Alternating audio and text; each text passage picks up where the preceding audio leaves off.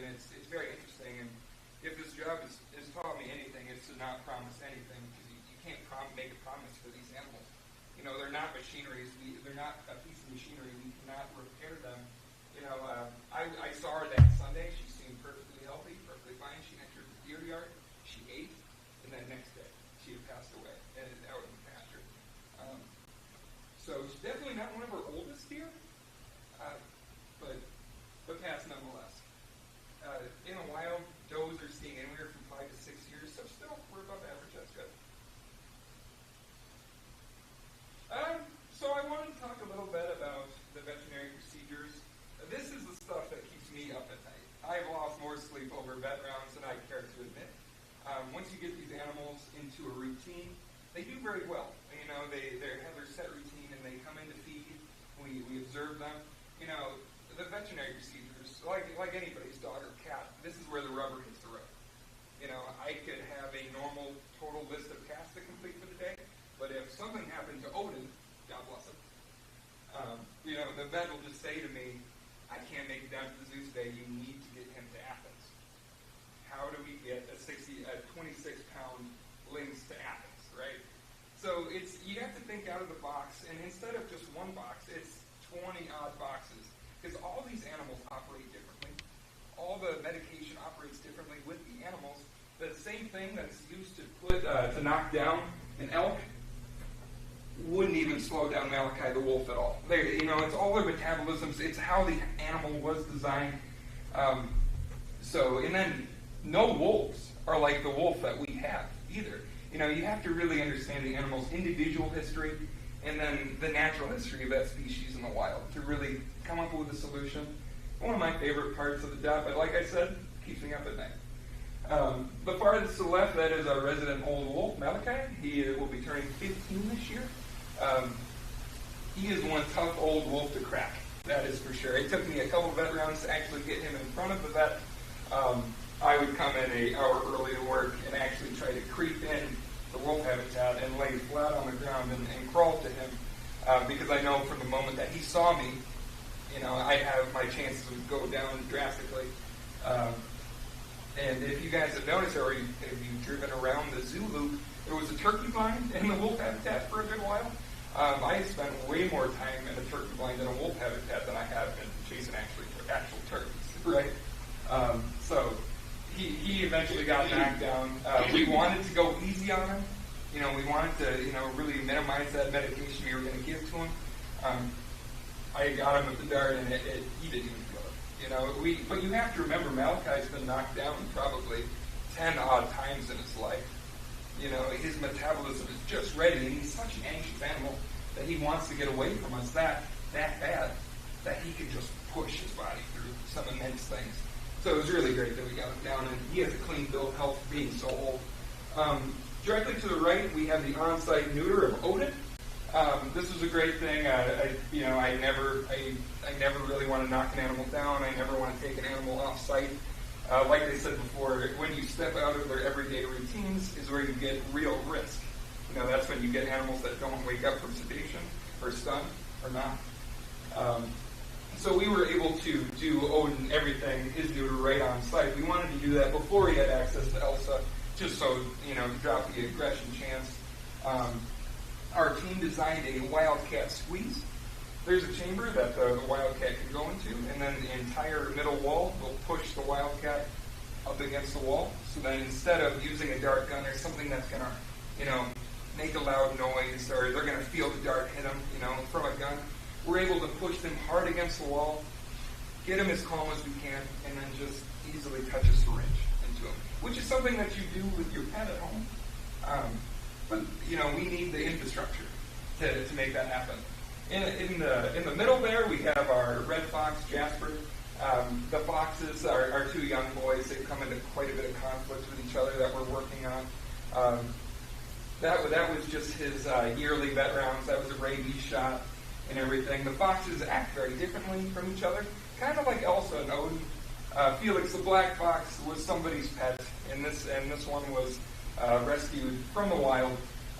So they tend to come into conflict with each other. It seems like a lot of resource guarding behavior that we're really trying to work To the right of that, we have the muzzle of one of our cow elk Coco. She's a middle-aged cow. She does really well. She has good condition on her right now. But years and years past, they had started to lose some elk and lose some of their hoof stock to internal parasites, where hookworms will enter through their digestive system and basically make them anemic and just slowly drain the blood out of these cow or bull elk. So every year we knock down all of the elk to look at their hooves, to float some of that digestive system. So Taylor, our vet, is just about, or she has going to place a tube right down into the digestive system of this elk, and then we're going to flush the system with antibiotics. And this is an interesting case study for sure, but this is one of our porcupines. This is our male Oakley, and if you look really, really close around his eye, if you can kind of see those little brown markings, that's actually lice. And it's something a lot of people don't realize is that lice is species specific. I cannot catch porcupine lice, and porcupines cannot catch lice from me. So just kind of interesting. But if they had lice when they were young, when they were babies, when they were even more in our care than they are now, we would have noticed the lice. So this just kind of a mystery if a wild porcupine somehow crawled the perimeter fence and touched nuzzles with one of ours. Or it could be a number of things, or they could have had it their whole lives. I'm really not sure. But you'd expect to see a little bit more hair loss or anything if they did have lice. And I gave both of our porcupines a lice bath, which sounds a lot easier than it was. Very carefully. And they did not like going in there. And then this is Owen, my boy. This was just last Friday that he had been knocked down in Athens. He basically gave himself the equivalent of a lynx Achilles tendon. He almost completely snapped his Achilles tendon. He fell off his perch. He's a big, goofy tomcat, really. He's still a kitten, even though he's so big in my arms. So we were able to knock him down with the squeeze, and the squeeze is only working better because Odin is larger now, so we're able to squeeze him a little bit tighter to get him stationary.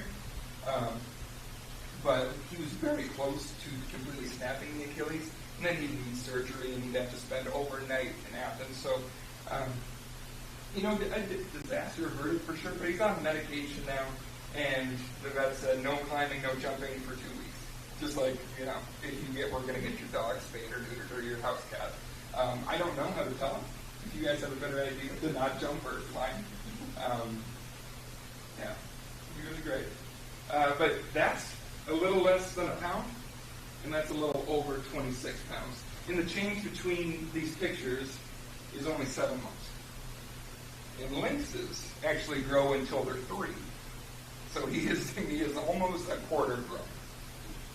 Beautiful animal.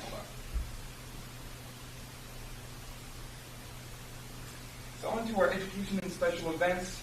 Some of the larger notable things this year, we did have our Christmas enrichment program that we put on where we invite the public, and we give a bunch of cool different Christmas presents to the animals, and our Zoo Society really stepped up this year to present some of those and make some of those enrichment items. This year it was all about sweet treats, so a lot of popsicles, a lot of cookies, a lot of browse cookies. Something new this year was music at the zoo, and this is kind of something I thought up, and the main purpose I wanted to get in getting a new event into the zoo is I wanted to give people a reason to come to the zoo. I wanted to give them a reason to spend more time at the zoo. And this was pretty interesting. We dealt with Wisconsin Public Radio quite a bit. I read somewhere that animals love classical music. I also love classical music. I reached out to them, and one of their hosts of their classical music programs really loved the idea. And she and a different co-host, they picked a different musical piece for each one of the species at the zoo, and we made signs just kind of explaining what it is, and it has a QR code at the bottom. And people, when they come to the zoo, they're able to scan the QR code. And it takes them to that musical piece that they can listen to in headphones and just kind of really try to observe the animal and get at what the host was going for when it comes to that musical piece. But then also another link sent us to our animal wish list and the donations through our Zoo Society. So we did have a kickoff party on June 13th for that. Stephanie Elkins came down and she explained a little bit about her musical pieces, but we also got the youth involved from high schools around, and we kind of did a solo ensemble kind of event and had music actually played right there at the zoo, which I thought was really cool, and the animals really seemed to take a big interest in it. Halloween at the zoo, as we ran for years, this year we did very well.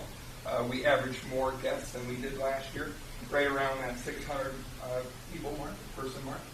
It was really great. It was 2 days of activity. Both days were pretty full of people, and yeah. The one new thing about Halloween this year is we did our spooky tours that we did every year. But a new idea that I had is I wrote a book or a story, a Halloween story about one of our animals. This time it was Felix, and just kind of a fun story that the kids could read. I handed it out during the spooky tours. I'd like to write a story about each one of our species for each one of the holidays, and perhaps print a booklet that we could give out to our donators, or just something, just a little bit more that we can give to the youth and the families of the youth. We've still been running our zoo tours, like always. I believe that all that information was presented at our last meeting. Be the Bun went very well. That's where we have the people build enrichment or have eggs and spread in the habitats for the animals. The bears always get a really big kick out of it. We really get a good turnout there.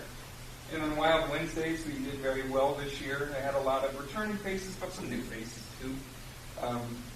I know Sean the Mammoth Hunter is always one of my favorites, but it's just to kind of take people out of the box a little bit and kind of be able to teach them something new that we can't teach them when we're at the zoo. I added this picture just to add in a little factoid. But we partnered with the library this year to do our story time for the children. So the librarian would read a story, and then I would try to present some animal stuff. My first session, I did the reptiles, and my second, I did the skins, and I had a rabbit with me as well. And I thought it'd be kind of funny to add is, I feel like I have the best luck when I'm trying to educate like middle schoolers or high schoolers. But it was it was a little bit of a challenge. It was a curve to taking it all the way down to, the younger than elementary school students. Because I say, the bears are 1,400 pounds, but, those age of children don't know what a pound is at all. So, kind of fun. So we have our visitor counts. Not a whole lot to add here, but I would just like to say that our numbers for the large animal drive and pedestrian traffic, a slight increase there from our last year. And that's to be expected, right? With some of our new acquisitions, people are coming back to the zoo that haven't traveled to the zoo in a while. But those are showing very well. Of course, that also includes the Rotary Winter Wonderland, and it seems like they had a really great year as well. For the Facebook page, I would just like to point out the addition or the growth of our Facebook page since 2022, which is really immense. And that number at the bottom there is not a typo. That's 2.9 million people traveling, through our Facebook page. And I only hope that that'll exponentially grow larger as the years pass on, with new things and new additions to the zoo.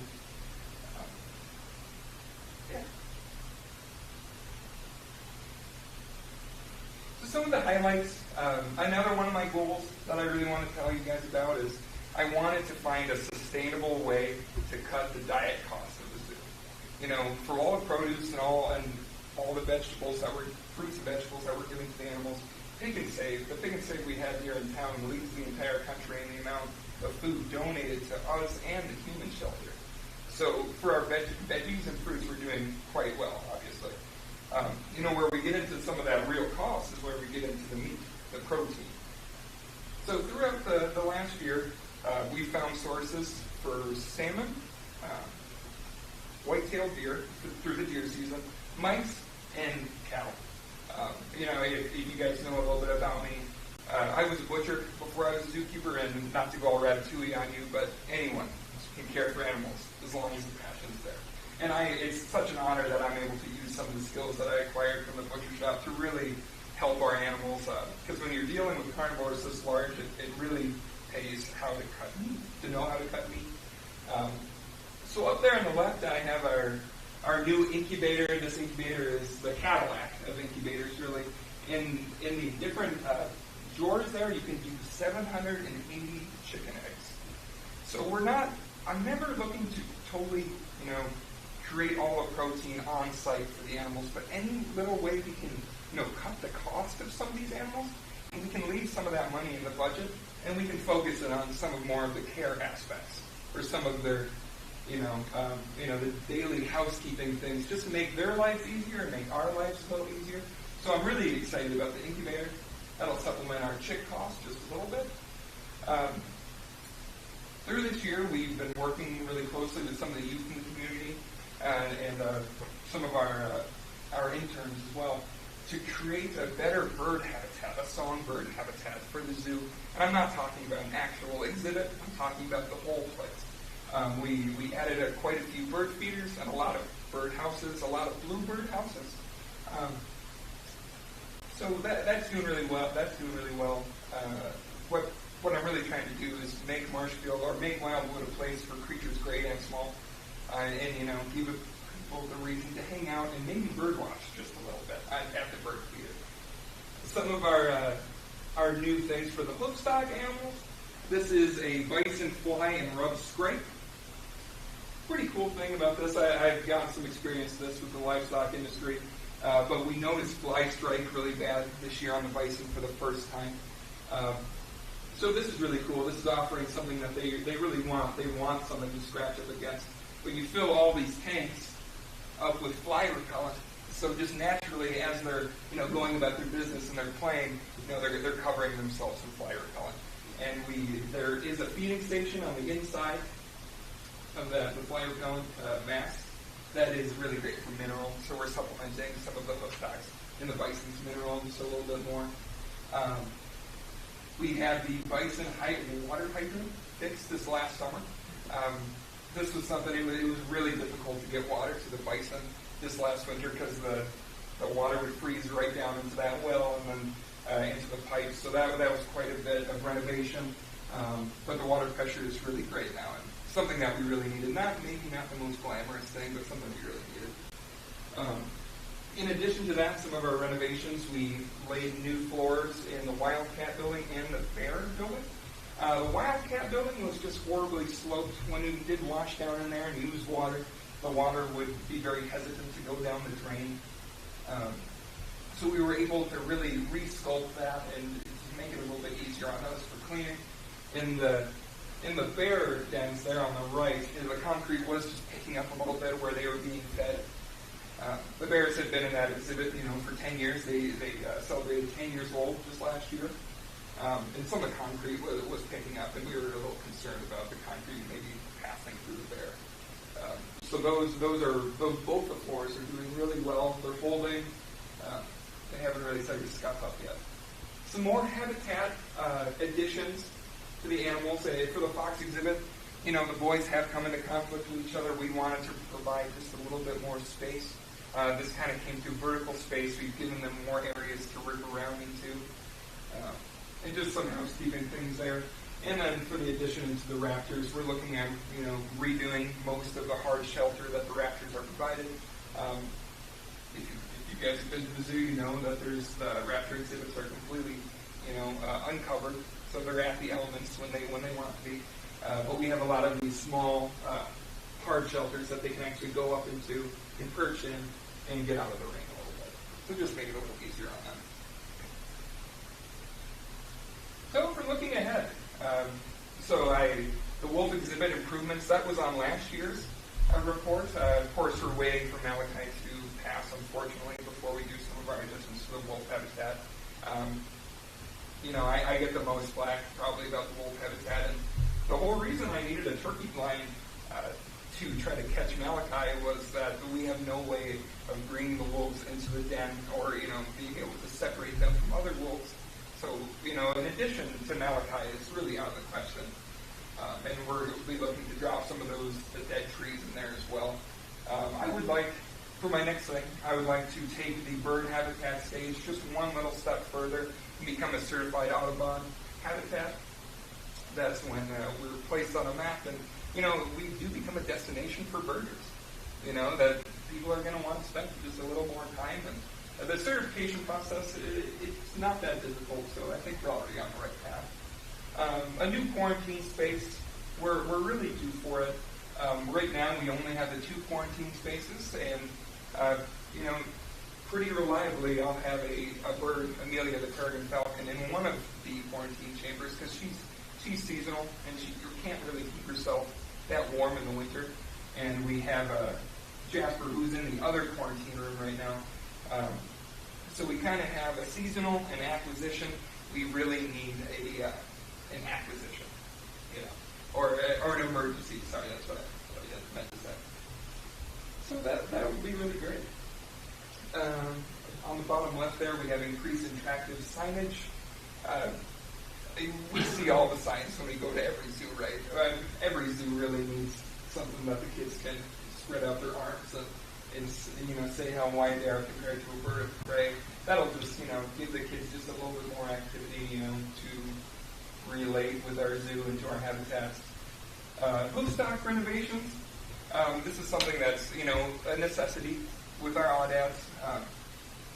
The audads, they will need their hoof care, so before we even think about bringing in a male of that species or having a breeding group of audads, we really need to be able to separate them, get our hands on them, and perform veterinary care when we need to. So in the coming years, slowly but surely, we'll be renovating the pasture hoofstock operations. And then this next fall, we're actually hosting the WMZA Association, which you guys probably don't know what that is, but that's all the city zoos in Wisconsin, Baraboo, Green Bay, Racine, Milwaukee. That's where all the zoo directors come together, or the zoo staff come together, and we talk about ideas for new exhibits, or we talk about what's worked for some of us. I know I've talked to them quite a bit about our foxes, with the predicament that they're in. So I'm really looking forward to hosting and really showing off, what Marshfield has to offer. When is that? October. Next year. Well, this year. Our senior animals, like I said before, we do have an aging collection of animals. As we lose some of these animals, it's going to be really, it's going to be a hard challenge to try to get some of these species back. So just to be, acquiring animals as these ones go. Some of the notable ones, Star, you probably didn't see her on the notable vet rounds. She would always be a notable vet round because she is so old. It's like looking at an 18-year-old golden retriever, really. She has the same problems that in any other dog would. Hip dysplasia, and she's really starting to lose some of the mobility in her joints. She will be knocked down next month because she wasn't knocked down last year. So you kind of get a random deck of animals that need to go in front of the vet. That'll be interesting. Our doe population is getting up there. I believe Sammy is 17, and she's actually showing quite well. She's doing really good condition-wise. Whitetails, I found, are really interesting. They lose their condition and then they gain it at interesting times of the year. They'll be skin and bones come August, but this time of year where you think that they're using the groceries and the cold weather and everything, they're chunky monkeys right now. They're doing really good. Lincoln and Malachi share a birthday, so it'll be interesting to see how those two progress. Malachi, we probably knocked him down for the last time this year. That's just the fact of the matter. These are animals, but he, for how old he is, clean build health. He's doing really good. And Lincoln actually went down on the ice last year. The ice is not kind to the old bull, for sure, but he's doing very well this year. Mavis, I didn't really know Bison could get that one, to be honest. And she's doing really well. That's not her in the picture, but she has one broken horn and one upturned horn. If you guys are ever at the zoo and you want to look for Mavis, our old matriarch. And then some of our raptors are really starting to show some age. Amber, who has a wing fracture that you can permanently see the bone of her wing. She's 27, but those are years in care. We really have no idea what the raptor how old raptors are. All of our raptors are rehab animals, so meaning they came from the wild from some kind of injury. So for the most part, when those animals come into captivity, they're already adults. Eagles can live 50 to 60 years.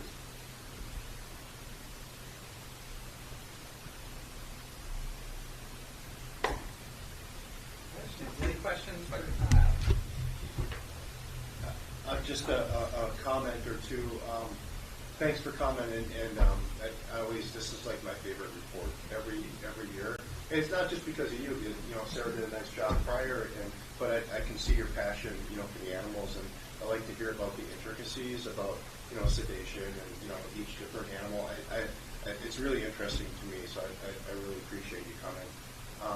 The one thing I'll note, for sure, I think you're doing a really nice job with some of your marketing, and you mentioned the music at the zoo, and I can't tell you how many times I heard that on WPR, right? So I think that's a really good thing, and I hope we continue that kind of thing, you know, kind of thinking outside the box, because get the word out outside of even Marshfield about the zoo is a really good thing. So, yeah. Thank you, which is really interesting. I still have people come to the zoo that I've lived in Marshfield for 10 years, and I didn't even know the zoo existed. I can't believe some people would even be like that. Maybe I just have zoos on the brain. But, you know, the big thing happening across the world to zoos is the resources, the manpower, everything is getting tighter. You know, less people are going to zoos all the time. And my big mission statement is that any investment we make into the zoo, I would like to see it return tenfold. So we need to be really smart about some of these additions we're making and really thinking it through. And, you know, that's the whole reason we bought the incubator. It's something that should snowball, right? Yeah.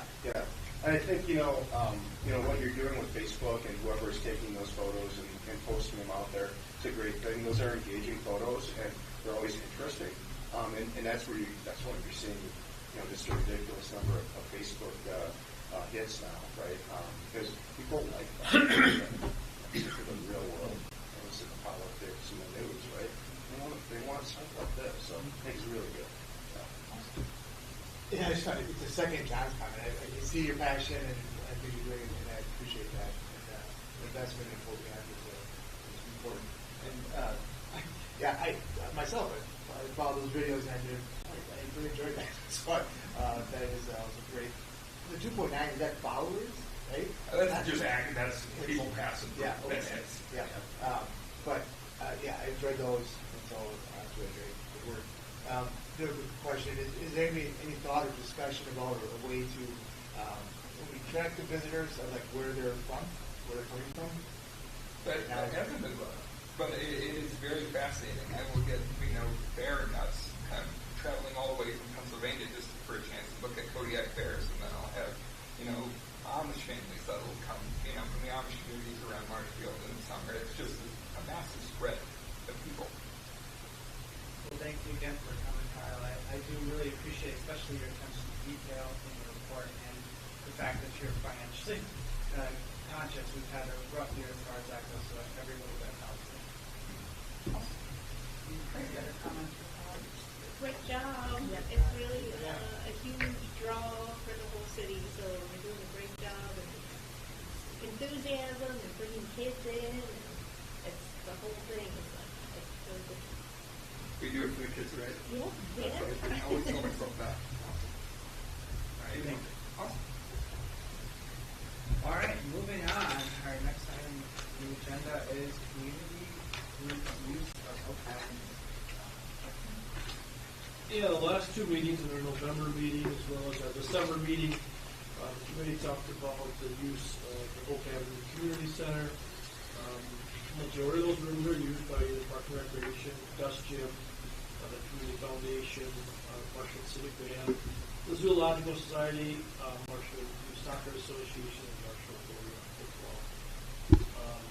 Obviously, with some budget challenges in our past and probably in our future, we looked at ways of trying to evaluate the use as well as whether we wanted to charge any type of fee. At the last meeting, it was requested to kind of look at other storage rentals rather than just one, so we picked actually 5. I know it says 6, but I can't write or spell.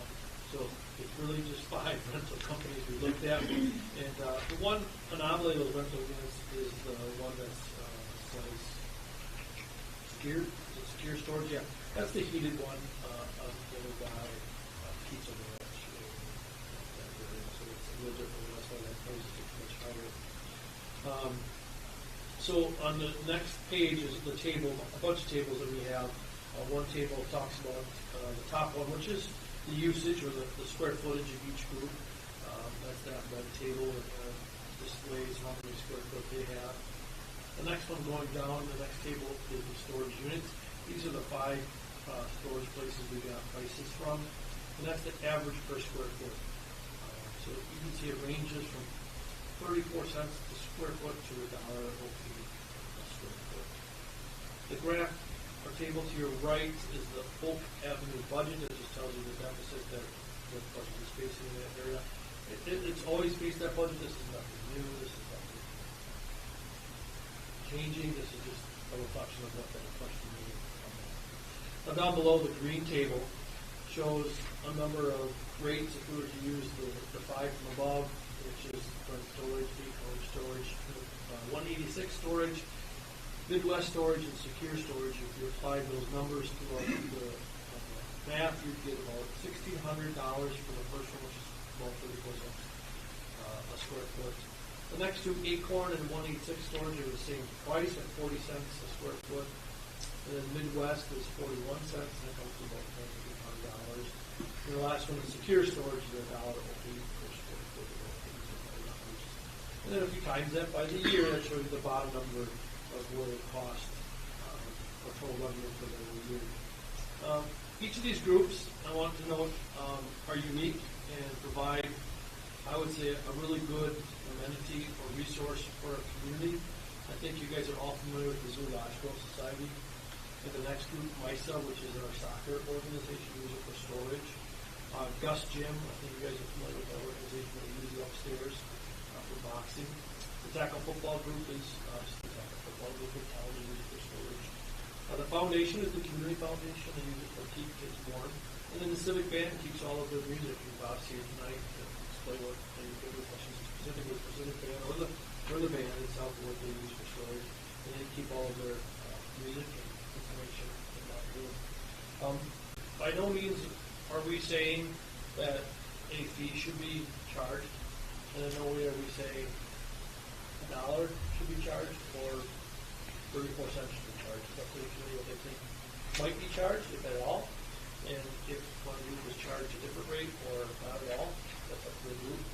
What we do want to say is we see this needs to probably be discussed at least openly in these meetings, and then maybe some action taken and action sooner than later. The sooner we can start talking with these groups and what may or may not be charged, they can start preparing in a time frame. My recommendation is to do it for the 2027 calendar year, give them ample time to adjust. Today is January 13th, hopefully. Give them ample time at least to prepare for any adjustments that they need to make going forward, or if they want to be able to come back and at least have discussions either with the department or with the community itself. So really, if everything is up in the air, the department's not looking for action. If they want to look, we want to bring it to your attention to see if there is any action. So the next couple pages are the layout of Oak Avenue and rooms associated with it. All right, with that, I'll open it up to discussion. Before I do, I guess I'll just echo, I think the time, to act is good now and maybe think about some of these things. I think we can maybe discuss rates and some of that as far as what we're thinking and get an idea of what I'd like to see is open report and some action plans. So I'll open it up for discussion. Yeah, I would agree, and I think the same thing. Our plan ahead, we would drop around a year to clear at the time, so if we're looking at 27, where things at, it's going to be difficult to catch up. But I think doing something now makes sense. But was before in looking at this is like, or you look at, if you just do straight square footage times that rate, some are getting pretty expensive. Does it make sense to put a cap on that at all? I don't know. Just a thought. Could they absorb all that? flat fee, just like, just a fee for storage. I think that's going to be hard to do. Yeah, only because it's just the market rate and what's going on with per square footage is really the only way to really apply it is square footage. A couple things, like from my standpoint, if it's okay. First of all, I think we need to exempt the Zoological Society from any of this because it's a direct. The only reason the Zoological Society exists is to give money to the zoo, which is a Parks and Recreation, budget item. So it's silly to charge the Zoological Society for something if they're going to give less money back to Parks and Rec to run the zoo. So I think that's the first thing we need to consider. And then, I think it's a hard thing even for an organization. I know the civic band is a smaller amount, and some of these are larger amounts. Even to say, like, if we're going to wait till next year to start it, that's fine. But I think we should even, kind of feather it in a little bit more. If we were going to go with a market rate, let's say 34 cents, start it in 2027 at 50%. And then in 2028, it goes to, 100%. It gives the organizations a chance to perhaps come up with different revenue streams to pay for it, or find an alternate place to store their equipment. And it's a 2-year period of time, where in the first year it's maybe 50%, in the second year it goes to the full market value of 34 cents or whatever we come up with per square foot. I think that's reasonable. Because unfortunately it's the bulk that we're in now with the budget, and we do this committee is tasked with finding different revenue streams to keep things running. I think this is a fair thinking outside the box of a revenue stream, but let's make it acceptable and a little more tolerable to the organizations that are mostly nonprofit. That's my thought. Yeah, I agree. I don't think any of these are bad folks by any means. I think they're all great. They're mostly not-for-profit or not-for-profit. As far as what you said, starting up, I don't know if I fully agree with that. I do agree with the Zoological Society and exempting them just based on the fact that they do just get money back to us for just doing themselves. So it would be best to maybe exempt them from that. Spreading it out, I guess like tricky the others, but yeah, again, I'd rather just get it done or kind of bite the bullet and go forward with this. As far as rates, it looks like the average is around 40 cents.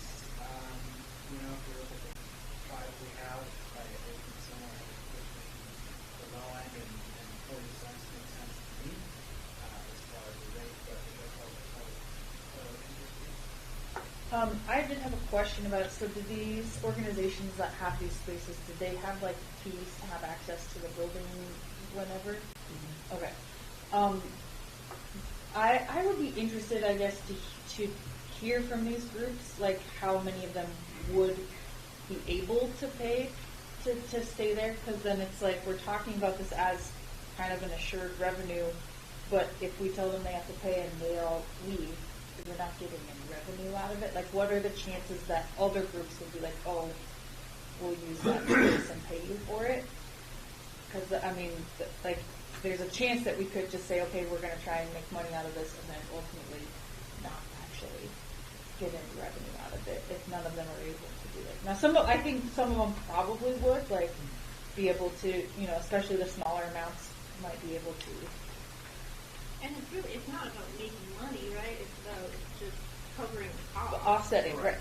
So, I'm kind of struck by that it has such a difference and it's been allowed to operate at such a deficit for forever. It's losing $25,000 a year for indefinitely. That seems like I don't think Parks and Rec is not a revenue. Right, it's not a revenue department. Yeah. Right. I'll speak at it. Right. We have essentially two budgets. We have the revenue budget and the expense budget that's tied up necessarily together. All of our administration for our department has one revenue source. so that's hundreds of thousands of dollars. If you look at police and fire, streets, there's no revenue source for the majority of city services themselves don't collect a lot of revenue. The way we collect the money is through the tax. That's the revenue source. This is just giving you guys some kind of measuring stick, if you will.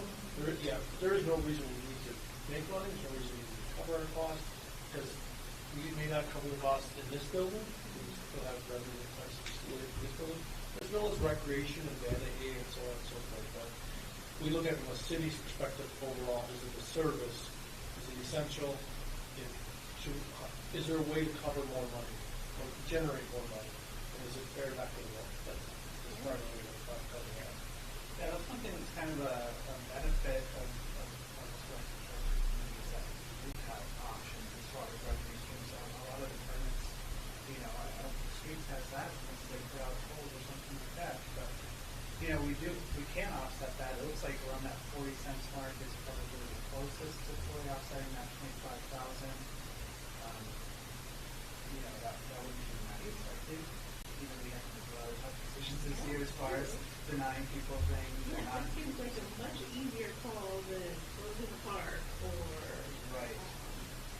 Any other cut that's being asked. And this seems like if space they're using, why not charge them? Yeah, and it is heated. I'm like, I think most of these four are not, except for Secure, which is heated, and obviously that one's a much higher rate than we're considering. If it's heated and cool, everyone's liking, it is an old building, so it's boiler heated and everything, so it's not in there and stuff. But the fact that it is heated, I think, is a benefit. And I think, to Chelsea's point, if other groups do come in, if someone left, I think it's valuable enough that maybe somebody is whether it would be nice to hear it. But I think we need to make a decision on if we're going to do this, so that we can understand going forward. Yeah, I would just be interested to hear from them if they would leave if they were had to pay. Is that prohibitive for them to be there if they're paying a certain amount? I think you'll find out if you go ahead. Mm-hmm. Right? I mean, I don't know that it matters. It's a good thought, but I don't know in the end that it matters. If they're not going to pay it and they have to leave, it's not going to change the fact that we need to find different revenue streams. Yeah. But we'll find out. Yeah, I guess as far as motions, I think whatever motion we make, we'll probably make the exception for all that happening. But what kind of motion are you looking for? I think a basic one when we started at a baseline, maybe that's 34 cents, that's the way you want to get. If that's the direction of what one is not fee or whatever, and then we go back to the groups and entertain this conversation, and at least start that conversation, because right now this conversation's going on. We still have to draft some sort of agreement that is a paper trail, so that people know where they're going to reflect that down as well as the department itself. That not is So do you need a specific dollar amount for square foot you're looking for? Yeah, I think that'll be the starting basis, and then starting on drafting some sort of agreement, and then connecting with these user groups. And these user groups, last year tonight, may want to come back to the committee and talk about their concerns or their issues. I'm going to just say that I won't support any of this unless we cover it over a 2-year period, because I just think it's too big a hit for these kinds of organizations. It accomplishes our goal in the end of finding different revenue streams, but I just think it's too big a hit to say, starting 2026, this is going to cost you when for 20 years, most of these people have to pay that. That's my take. I just think it's too big a hit. So you want to make a motion to that effect? I would, yeah. So the motion is to approve. My motion would be to move ahead with a fee schedule of, and I like the 34 cents, and I'm just going to explain that real quick. This isn't the nicest building in the world, you guys. The heat in there, it might be heated, but it's 110 degrees in one room. And it's, so it's not the most temperature controlled building that there is. These are commercial storage. So I like going with the lower rate of 34 cents, starting the year of 2027 at 50%, and then 2028 going to the 100%, getting us up to 34 cents per square foot. That would be my motion. Yeah. And exempting the Zoological Society from the fee schedule. No. Like, CPI. I don't know. Just want to make sure. Yeah. I think I mean, if that were something that we'd want to consider in the future possibly, then I don't think that needs to be part of the motion. That's the motion as John stated. Do we have a second? I'll second. Chris, a second for discussion. Do we have discussion on that motion? These things aren't easy, right? I don't want to have to charge people something that they've never had to pay before, but it's the only way that we're going to keep up with the budget concerns. At this point, I consider it to be, it is what it is, and let's try to make it palatable to these organizations the best that we can. I like the idea of the cost of living increase. I might do alone in that. I don't know what else is thinking, but I do like it's a small percentage every year just to keep it somewhat trending upward, but we don't have to come back every year and there's a big sticker shock and 10 years when we have to do this again, probably is. Yeah, I think here's my concern with that. We look at fees every year, and we raise fees based. Is that what you just said, Ben? Yeah. We have never done that with any other fee, at least since I've been on the committee. So I don't mind the way it is, and just knowing that we do review that fee schedule every single year. We have further discussion on the motion. What do you guys think? So I would assume if the motion passes that we would be then reaching out to these groups in the short future to get their feelings and input and feedback There on would be it. a number of steps to be taken. Number one, reaching out to the groups, notifying them that there needs to be procedures in place. Number two is we have to establish some sort of agreement. Each city has to have an agreement, and it's probably brought back to this community. Just the other thing, I know we just in the process of this, but to be committed that we can As soon as I can. Yeah. Probably won't be this week anymore, but I'll be. Would it be appropriate if I asked if you could allow, if there is one person from the user group here, just his thoughts, would that be appropriate? Yeah. If you want to speak on how this affects you and your organization. Just kind of wondering, what your thoughts are about how this would be implemented, the over-face approach, and does that make it more tolerable? It makes it a lot more palatable. Yeah. We are not tax exempt and we're not part of the city. So we're kind of a rather fish in the pond type of group. It will require more fundraising to be big. And I want to remind you that we're talking about an 86-year-old building. So Absolutely. yeah. But nevertheless,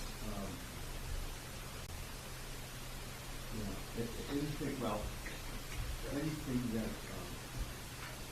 costs more will affect you, and that is what you've seen. But I can see both sides of this challenge. But 3 years ago, the city limited our donation to the city cleaning, along with some other things. Which I get too. So it's going to require more fundraising to make up for it. But fortunately, we're not, as a band, not to sound selfish, but as a band, we will not be taking a bigger responsibility for paying us a lot of some of the Yeah,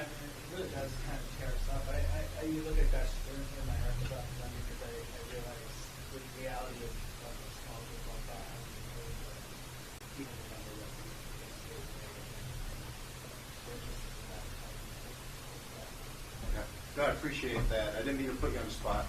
No, But not at I'm all. genuinely interested in hearing. Right, so thank you.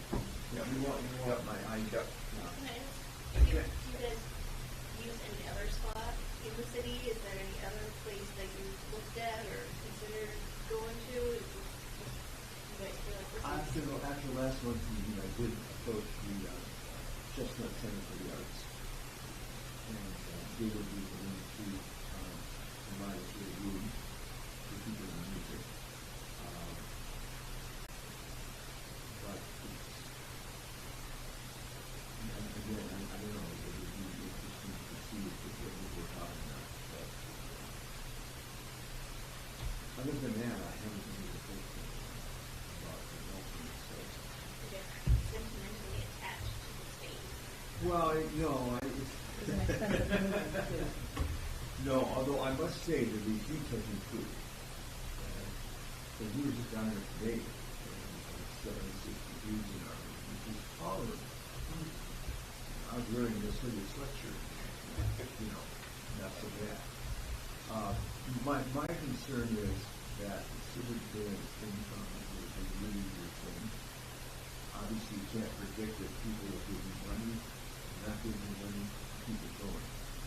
There's an article on the paper tonight, if you had a chance to read it, about the Donna Lazar is putting out money to restore the band shop. So other than the room to store a library, which is rather expensive, it's a large library, and our band has basically doubled in size in that 25 years. And trying to put everybody on the band shell is interesting. But I can see both sides of this issue, and if it happens, it happens. We will work on it as we always do. Thank you again. Yeah. All right, motion second on the floor. I think we're pretty much out of discussion at this point. So with that, we'll take a vote. All in favor, say aye. Aye. Opposed?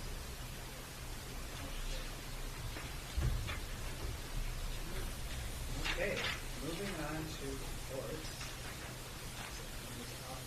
We have recreation and aquatics directors. All right, I'm gonna go through this for Amanda. Number of things, this building is still busy. The building does shut down from schools. I wouldn't say shut down, but senior activities are canceled whenever schools are transportational emergencies. So that sometimes causes a little bit of a wrinkle as people may come in here not aware of that, but that's typically how we operate. They did have a December Craft and Connect and they had a porch box, which 18 attended. We did the mason jar project last week. I think it went really well. ADRC meals are still happening in the gun room on the far end. Good stuff. Thank you for your consideration. Thank you again, John. They did have a New Year's Eve party. I don't know if you guys saw it. There was a Facebook photo on it. They had popcorn, punch, potluck, and live music from one of the bands. What was the band name? Some random. They did a good job. There was something that the city was really enjoying. Recreation, we have the adult volleyball league that's still going on strong at Oak Avenue Community Center. EXP Realty sponsored Gingerbread Housemaking Program on December 20th.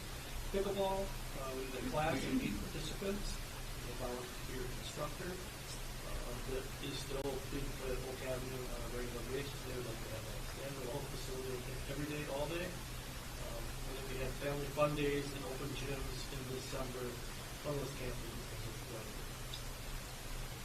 Amanda just ran a couple classes in Needlesville and Marshfield for 11 new lifeguards on December 27th to 28th, as well as January 1st to 4th. A number of things going on. We just almost caught myself saying so I'll go off. So that's all I got for a minute.